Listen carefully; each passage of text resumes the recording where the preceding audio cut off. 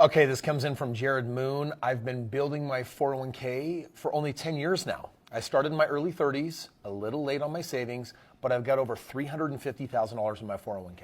So if in 10 years you've put $350,000 aside in your 401k, assuming 3 to 6% growth, that means that you're contributing between $17,000 and $20,000 a year. If I back that into your salary, what you're basically telling everyone online is that you make between $150,000 and $200,000 a year, which, by the way, only 3% of Americans do that. So I want to be clear. I'm trying to help everyone financially win. So Jared, if you take that to your financial planner at retirement, let's say you have $1.5 million in there and say, annuitize this. I don't want to lose any of my principal. I only want to live off of the interest. They're going to say, well, great. Well, if we follow the 3 to 4% rule, call it 3.5%, you're going to make $4,300 a month. And I think you're kind of making the point of my video right here. While you're right, at age 65, while the average person in their 401k has $254,000 and you already have more than the average, let's just say that you rock it out and you make it to the end of the rainbow. What kind of gold is there going to be there for you? Well, in retirement, it's going to be Social Security plus $4,300. Like, think about that for just a moment. You're worth $1.5 million plus maybe whatever equity you have in your mouth. You're a multimillionaire and you don't even have $5,000 a month of residual income from the money that you made. That's actually why I do what I do, because you represent the most successful and elite of people that are following society's system. And trust me, at the end, you're still going to be disappointed.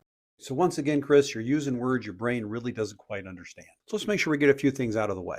First of all, we don't know what he put into his account. What we know is he did the right thing and he actually grew his account to $350,000. We also know that the S&P 500 over the last 10 years has averaged 12.8%, not 3 to 6. So if we make the assumption he got at least a 10% return on his money, we know he was putting in roughly $22,000 a year for the 10 years to come up with the $350,000. We know he's roughly 40 years old.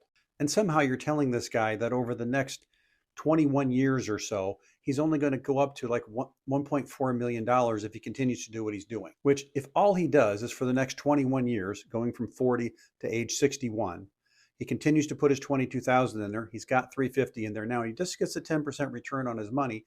He's going to have just a milkshake shy of $4 million. A little bit off on your numbers there, Kris.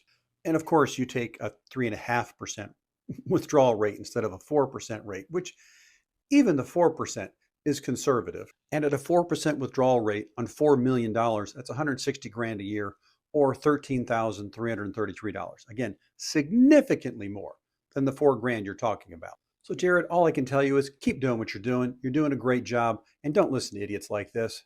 Dickie out.